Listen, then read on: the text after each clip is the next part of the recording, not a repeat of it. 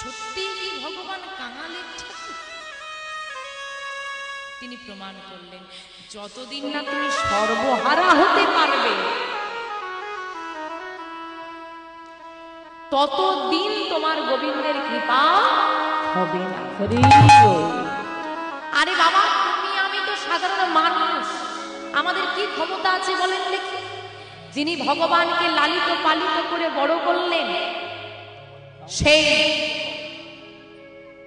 মা যশোমতী গোপাল যখন দুষ্টুমি করে ছুটতে ছুটতে পালিয়ে যাচ্ছে, মায়ের ভয়ে মা হাতে একটা লাঠি নিয়ে গোপালের পেছনে ছুট দিয়েছে।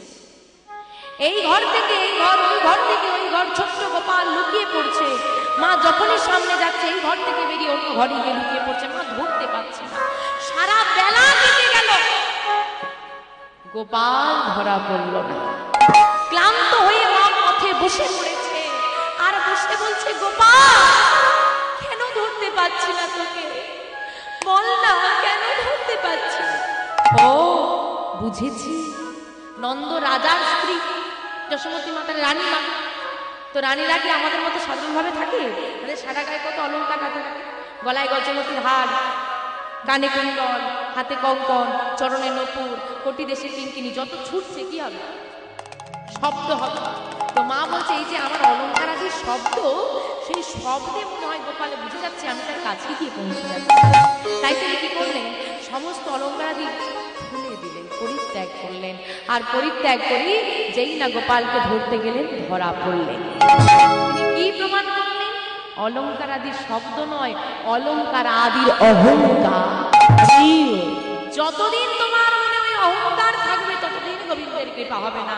সর্বস্ব পরিত্যাগ করে যদি তুমি গোবিন্দকে তার কাছে যাবে, সে নিশ্চয়ই হাত বাড়িয়ে তোমাকে কৃপা করবে, তোমাকে ধরা দেবে। কিন্তু মা কোনো সময় বুঝতে পারলো বেলা শেষে। আমি আগে বলেছি বেলা গড়িয়ে গেছে, তো আমরা কখন বুঝতে পারি বেলা শেষে? তাই তো, আমাদের বেলা শেষ কোন সময়?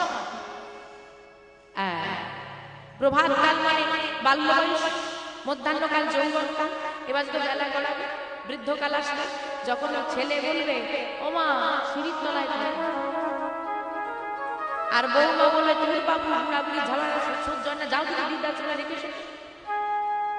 যখন সংসার আমাদেরকে দুধ ছাই করে, তখন আমাদের মনে হয় সর্বস্ব পরিত্যাগ করে এবার গোবিন্দের চরণে যাই। তার আগে মনে হয় না। এই জন্যই তো অনেক সাত করে লেখা, যখন তোমার কেউ ছিল না, ছিলাম শুধু আমি, এখন তোমার সব হয়েছে, সব হয়েছে আমি।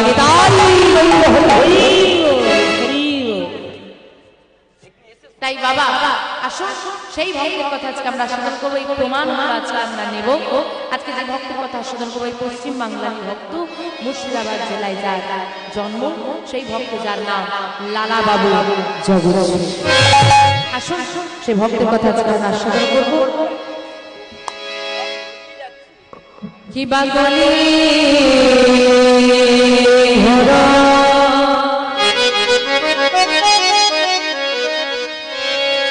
তিহিরে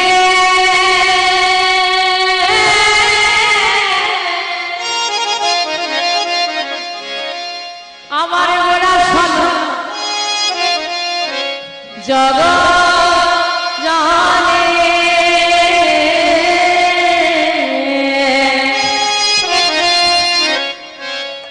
কি বাকলি ঘোর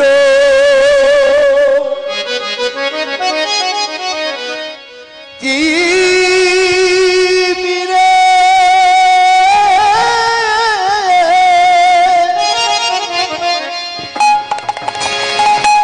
আমার গোরা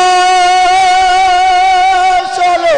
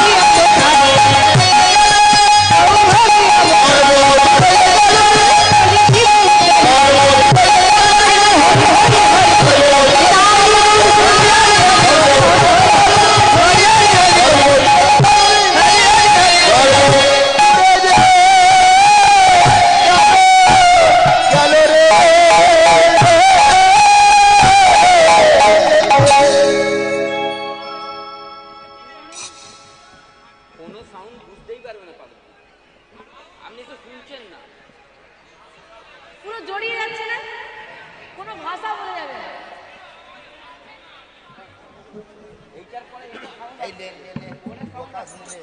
কলি ঘর তিন এগুলা শুনে জগজনে ধর্ম কর্ম রহুদু কলি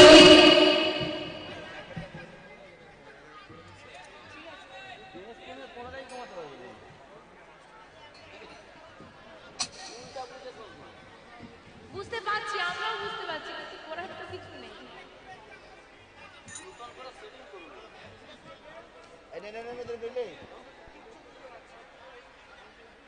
বুঝতে পারছি আমি।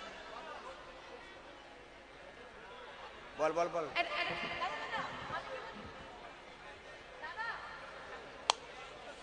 আরে ও শুনছে না, কোনো কথা প্রথম থেকে বলি শুনছে না।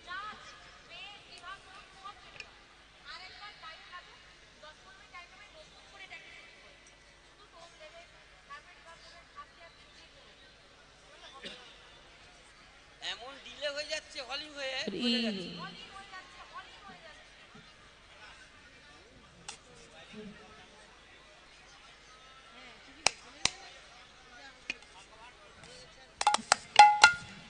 जनिताई जय राधे जनिताई जय गौर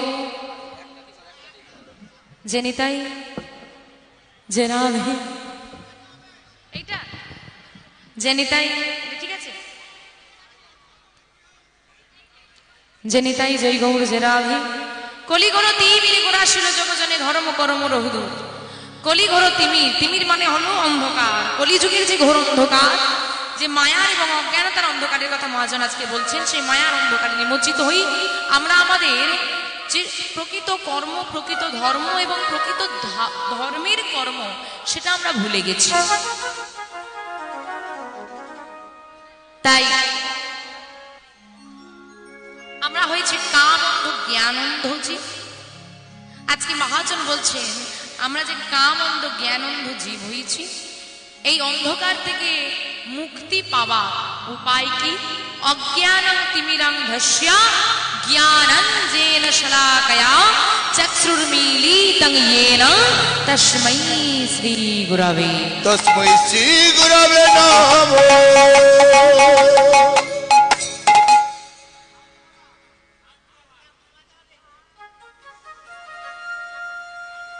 অজ্ঞানং তিমিরং ধস্য অজ্ঞানতার অন্ধকারকে ধ্বংস করে জ্ঞানাঞ্জেন শলাকয়া জ্ঞানের আলো, শলাকয়া কথার অর্থ হচ্ছে আলো, জ্ঞানের আলোটা যিনি জেলে দেবেন, চক্ষুর্মীলিতং येन আমাদের চোখটা যিনি খুলে দেবেন। আমরা তো সবাই চোখ খুলেই বসে আছি, বন্ধ কার আছে? এই দুটো নয়ন হচ্ছে অসার নয়ন। 40 পেরিয়ে গেলে চশমা না দিলে সামনের ব্যক্তিকে চেনা যায় না, ভগবানকে চিনবে কি করে? যতদিন না তোমার জ্ঞানের চক্ষুটা উন্মোচিত হচ্ছে ততদিন এই অসার নয়নে গোবিন্দের নয়ন বাড়ি ঝরবে না। তাই বললেন গুরুদেব হলেন তিনি সেই ব্যক্তি যিনি অজ্ঞানতার অন্ধকারকে দূরীভূত করে জ্ঞানের আলোটা জেলে আমাদের চক্ষু মিলিতং করে দেবেন। তাই বললেন গুরুচরণ আশ্রয় করো, জীবের নিস্তার লাগি নন্দ সুত হরি ভুবনে প্রকাশ হলেন গুরু রূপ ধরি। সেই গুরু রূপ ধারণ করে ভগবান এসেছেন অসাধনে চিন্তামণি বিধি মিলায় নয়নে। অসাধনে চিন্তামণি বিধি মিলায় নয়নে। অসাধনে চিন্তামণি বিধি মিলায় নয়নে। অসাধনে চিন্তামণি বিধি মিলায় নয়নে। গোরা বড় দয়ার ঠাকুর আমাদের গোরা বড় দয়াল ঠাকুর। আমাদের গোরা বড় দয়াল ঠাকুর। আমাদের গোরা বড় দয়াল ঠাকুর। নানা হয় দয়ার হওয়ার এমন হয় দয়াল হওয়ার নয়।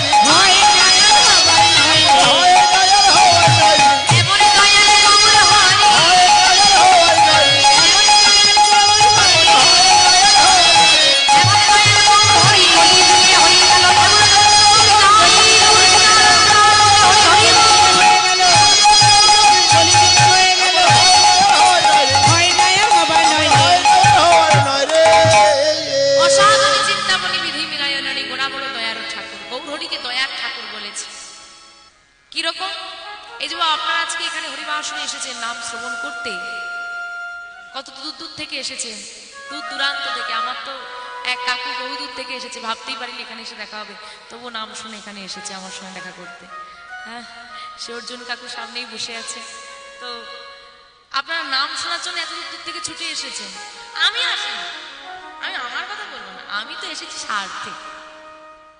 আগে কমিটির সঙ্গে কথা হয়ে গেছে, কত দেবে বলো, তারপর যাব।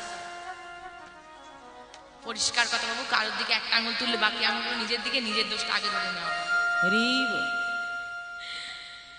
হরি বল, হরি বল। আমা, এই আজকে আমরা নাম শোনার জন্য এত কষ্ট করছি। একটাই কথা আমি বলবো, এখানে আপনারা বসে আছেন গোবিন্দের নাম শ্রবণ করবেন বলে, ভগবানের নাম শুধু কানে শুনবেন, এইটুকুর জন্য এত কষ্ট করছেন। কিন্তু অদ্ভুত বিষয়ে দুঃখের কথা, ব্যথার কথা, যেদিন আমার ভগবান স্বয়ং বর্তমান ছিলেন, দাঁড়ে দাঁড়ে ঘুরেছিলেন এই হরিনাম প্রচার করার জন্য, সেদিন তাকে একটু সম্মান আমরা দিতে পারি। হরি বল। কেউ তাকে মেরেছে, কেউ তাকে অপমান করেছে, কেউ তাকে গালি দিয়েছে। হ্যাঁ, নিতাই যাদের মাথাটা ফাটিয়ে দিই, তারপরেও তিনি নাম প্রচার করে গেছেন। একটা বাংলা, আমরা তো বাঙালি, বাঙালিটা খুব প্রবাদ প্রিয় মানুষ। একটা সুন্দর প্রবাদ আছে, দাঁত থাকতে দাঁতের মর্ম আছে। আমাদের হয়েছে সেই দশা যে গৌর হরি আমাদেরকে উদ্ধার করার জন্য, হ্যাঁ গো, সে যে দাঁড়িয়ে দাঁড়িয়ে হরি নামের প্রচার করছে, তোমার উপকারের জন্য না তার উপকারের জন্য, তার কি দরকার বলে?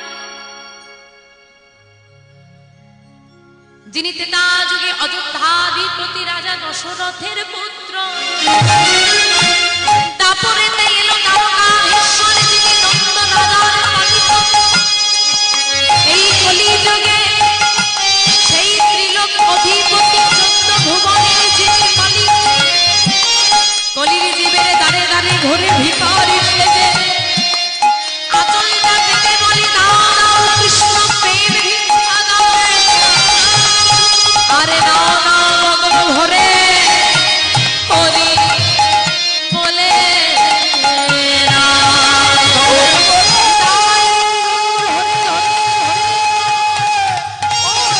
কলিদি একবার বদন ভরে হরি বলে না। এত কষ্ট করে নামের প্রচার আমি বলছি না, গৌর হরি বলছে দাদা তুমি নাম দিতে যাচ্ছ, নিতে আসছে না, দিতে যাচ্ছ, তারপরেও সবাই হরি নাম নেবে না।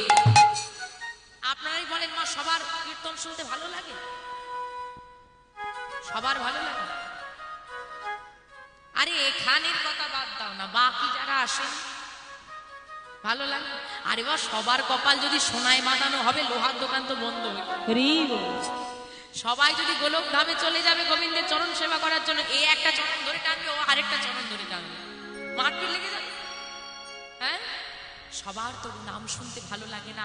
আরে এখনকার কথা বাদ দাও, আমার গৌর হরি তার দাদাকে বলছে, দাদা তুমি যে নাম দিতে যাবে দাঁড়ে দাঁড়ে, সবাই তো নাম নেবে না। নেবে না? না, সবাই নেবে না। সবাই যদি না নাম নেয়, কি করব আমি? কি করবে জানো? কি করবে শুনে নাও। যে নাম নেবে তাকে তুমি নাম দিলে, ধরুন তুমি বললে হরি বল বলো, সে বলবে না, তখন কি করব ভাই বলে, তখন কি করবে জানো?